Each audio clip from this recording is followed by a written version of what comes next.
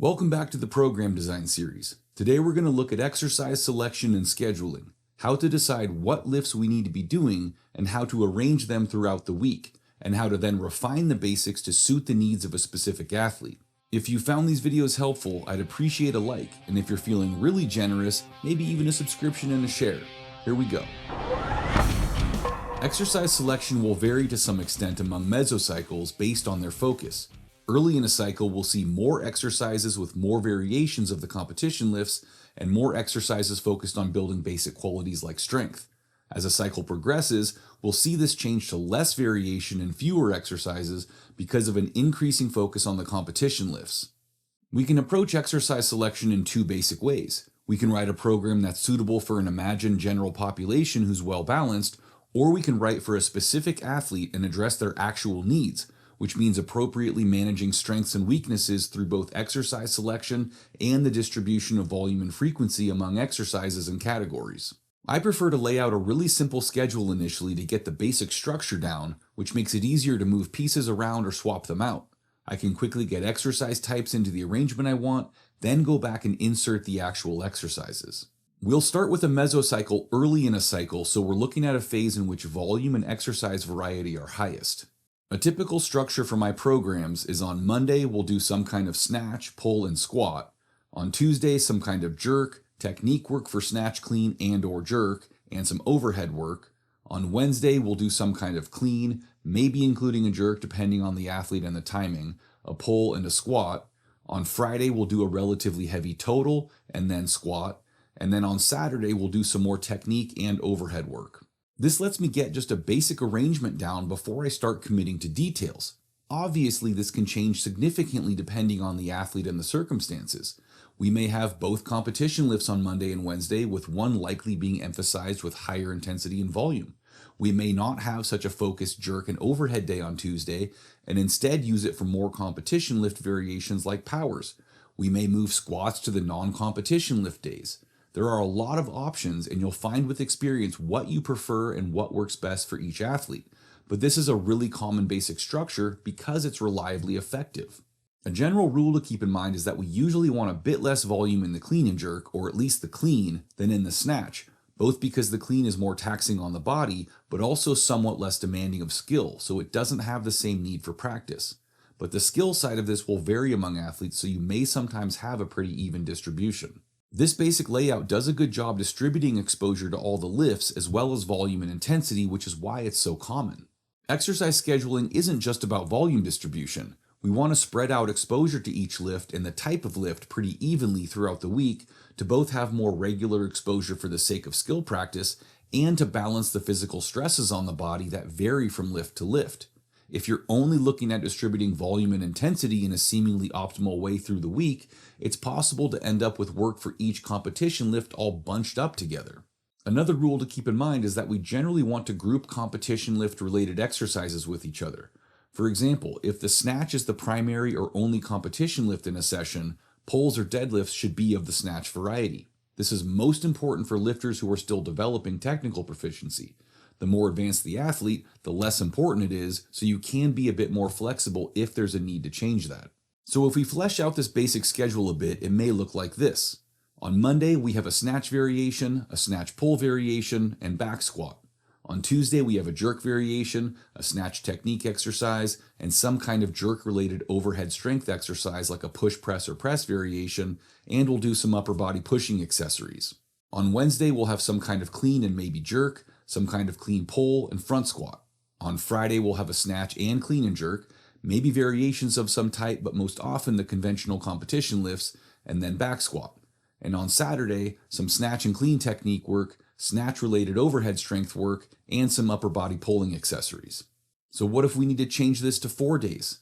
We can keep it mostly the same and just drop the Saturday workout, move Friday to Saturday, and move Wednesday to Thursday. Depending on the athlete, we may need to drop one of the squat days. We can squat Monday and Thursday to best spread the exposure, or we can drop the squats on Thursday since we have cleans. And for 3 days a week, we can just drop the Tuesday workout.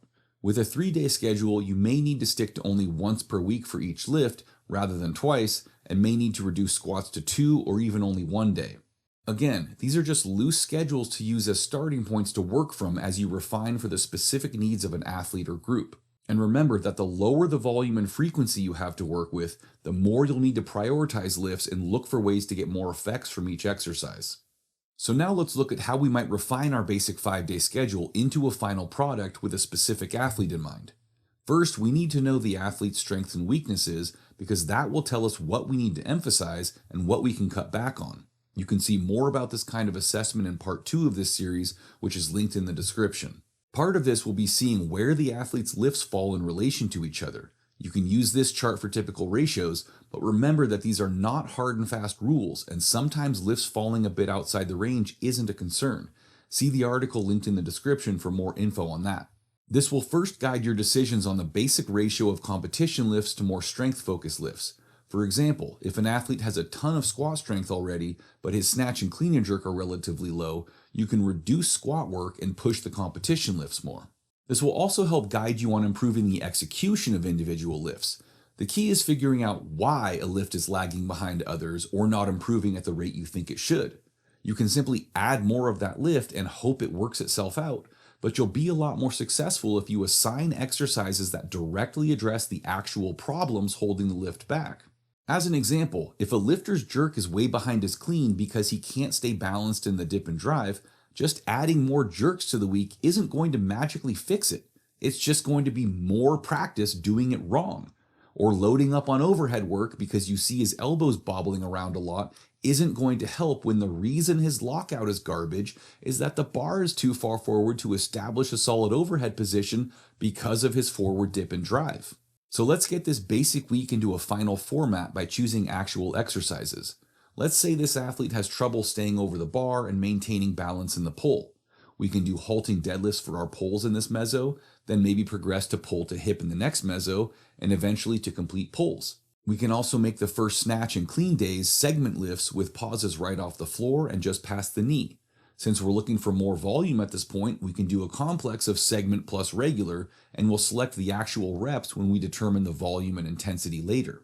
In the jerk, we'll imagine this athlete has trouble with a consistent strong lockout, so we can make our primary jerk exercise a jerk behind the neck, or a complex of behind the neck and regular, which I prefer typically, to help reinforce the correct overhead position, and we'll make them hold in the receiving position for 3 seconds. Then we can do push presses also with holds overhead, and even have them do an overhead carry after the last rep of each set. For the snatch technique work on Tuesday, let's do a pull to hip plus high hang snatch complex to again work on staying over the bar, and a powerful finish and aggressive pull under. For Wednesday, we'll stick to cleans without jerks since this theoretical athlete has a weaker jerk than clean, and this lets us load and train the clean better rather than always holding it back because of the jerk. We're doing focused jerk work during the week, and we'll have a day of clean and jerk also. Later in the cycle, we'll likely change this day to full clean and jerk as well. But we can still include some non-limiting jerk training here by doing clean plus jerk dip squat. In this case, let's do pause because we're early in the cycle and it's the best time to really reinforce positions. For squats, we'll stick to the conventional 2 back and 1 front early in a cycle. Monday's back squats will be higher reps and lower intensity, and let's add a slow eccentric on the first rep and pause on the first 2 to 3 reps depending on how many total reps we end up with. Again, really focusing on strengthening positions and control early in the cycle. For Wednesday's front squat, we'll do pause for all reps for mobility and postural strength and control, but also to ensure the athlete is using this lower intensity squat day to emphasize maximal concentric speed. Friday's back squat will be our highest intensity squat day, so lower reps and we can stick to conventional squatting. Finally, Saturday will be lighter work, more focused on technique and overhead strength. We'll do slow pull snatches to address staying balanced and over the bar another way, and generally build better control. For the clean technique work, let's do power cleans to work on an explosive finish and turnover and meeting the bar well. Because these will be relatively light and this lifter has a lagging jerk, we can add power jerks as well to work on a vertical dip and drive and a powerful finish. Since we focused on jerk-related overhead strength on Tuesday, we can focus on the snatch here. Early in a cycle is a good time to do something like snatch push press plus overhead squat to really build strength and stability, and the snatch push press is good specifically for poor lockouts because it both helps practice and reinforce a good position and build strength in it. We can progress that through the cycle to something like snatch balance plus overhead squat and then just snatch balance. And of course, we'll have the athlete pause in the bottom for 3 seconds. So this is just one example of how we can take a basic exercise schedule that we know is effective and tailor it for a specific athlete to ensure maximal effectiveness. Let's wrap this one up with a quick look at exercise order. The convention is to work from higher to lower technical and speed demand. So in a session of snatch, snatch pull, and back squat, we'd keep them in that order. This is the best way to do it most of the time. The first exception to consider is when using technique primers. In the session I just described, if we added a primer of power snatch from power position, we'd do that before snatches, both because it's the most technique-oriented exercise, but also because the point is to prime the snatches that follow it. If we have a session with both snatch and clean and jerk, and we want to use a primer for each, then we need to place the clean or jerk primer immediately before the clean and jerk, meaning it will be out of the conventional order, but it wouldn't be serving its purpose if we did it before the snatches. The second big exception is reordering exercises for a specific emphasis. The most common example of this, which is one I use frequently, is squatting first in a session. I like to do this in early phases of a cycle for lifters who really need to improve leg strength. It means they'll be squatting when they're freshest and most focused, so we'll get the best possible training quality, and the added benefit is that they'll go into their other exercises with a bit of leg and overall fatigue, which will force them to focus and push a bit harder, figuratively and literally.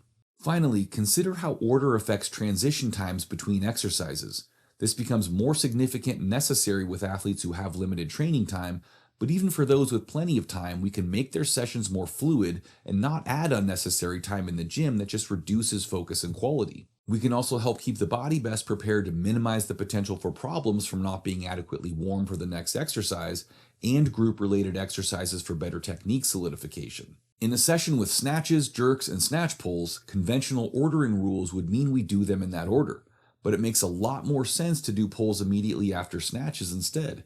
The athlete is perfectly warmed up for them, and there's no need for a change of equipment or location.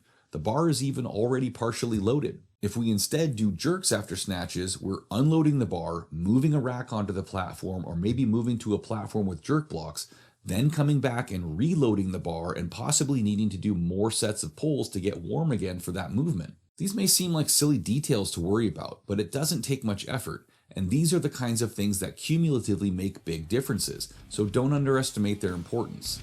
Next time, we'll get into figuring out weights for these exercises and looking at progressions through a mesocycle. And don't leave me hanging without a like after all we've been through now. See you next time.